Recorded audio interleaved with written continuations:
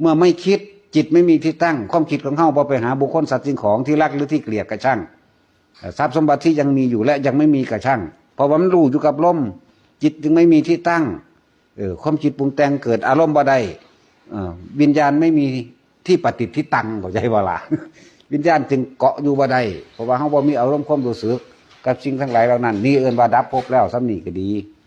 และสมถะกับวิปัสสนาเป็นของตีคู่กันสมถะทำให้จิตว่างวิปัสสนาทำให้ว่างจากจิตจากว่าล่ะงงอีกแล้วเอาซับแบบนี้เนาะ สมถะเฮ็ดให้เฮาบ่ไปคิดไปนึกถึงอันอื่นๆใดอะไรอย่างเข้าใจว่าล่ะสมถะนี่ก็คือลมหายใจเข้าหายใจออกนั่นแหละแล้วเฮามีความรู้สึกอยู่นี่มันเลยบ่ไปคิดถึงสิ่งอื่นๆเดี๋ยวมันเลยว่างจากความคิดซ้ำนี่นึงบ่ได้ยากปานนั้นเด้อในขณะนั้นพบเกิดบ่ได้พอความคิดเฮาบ่ไปถึงพุ่นก็เลยเอิ้นจิตว่างว่างจากสิ่งที่มีอยู่ว่างจากสิ่งที่มีอยู่นั่นแหละ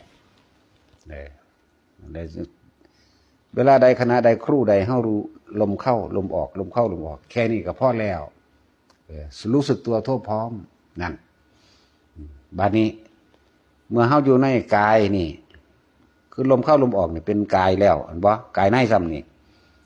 บัดนี้เวทนาก็เกิดบัดนี้นี่ก็เอิ้นว่าเป็นผู้มีความสงบคือกันถ้าบ่สงบมันบ่หูเมื่อคิงเด้ว่าเก็บแข้งเก็บขานั่นน่ะปวดขาปวดหลังมันบ่หูเมื่อเด้สังเกตเบิ่งเวลาพวกคนเว้าพื้นกันทั้งกินตำบักหุ่งทั้งเผ็ดทั้งเว้าพื้นกันอุ้ยมันทั้งเหงื่อสัตว์ออก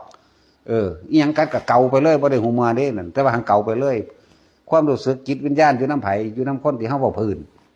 เห็นว่าล่ะจริงหรือว่าจริงเด้อทุกคนเป็นแนวนั้นเบิดนั่นแหละเคยเป็นมาเบิดแล้วเกาจนว่าบาดเลือดออกเพราะว่ายังบ่หูเมื่อเด้นั่นเพราะว่าอย่างความรู้สึกบ่ได้อยู่ที่ตัวเองความคิดไปคิดถึงคนที่เฮาสั่งกำลังมั่นเมากันอยู่นั่นน่ะอารมณ์ไปเกิดกับพวกนั้นนั่นแหละพบเกิดแบบนั้นความรู้สึกที่บ่พอใจอิจฉาริษยาบ่พอใจภาพจินตนาการต่างๆมันเกิดในเจ้าของนั่นแหละจิตมโนวิญญาณนั่นแหละความรู้สึกอันนั้นเป็นตัวภพจากว่าล่ะ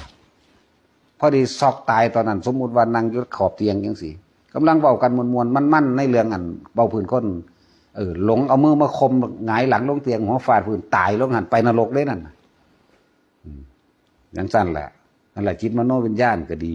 เพราะว่ามันมีความรู้สึกตัวในตัวเองแต่วันนี้เฮามาฝึกถ้าอยู่กับลมรู้ลมเข้ารู้ลมออกความคิดเฮาบ่ไปคิดถึงบุคคลสัตว์สิ่งของพบเกิดว่าได้นี่ดับพบแล้ว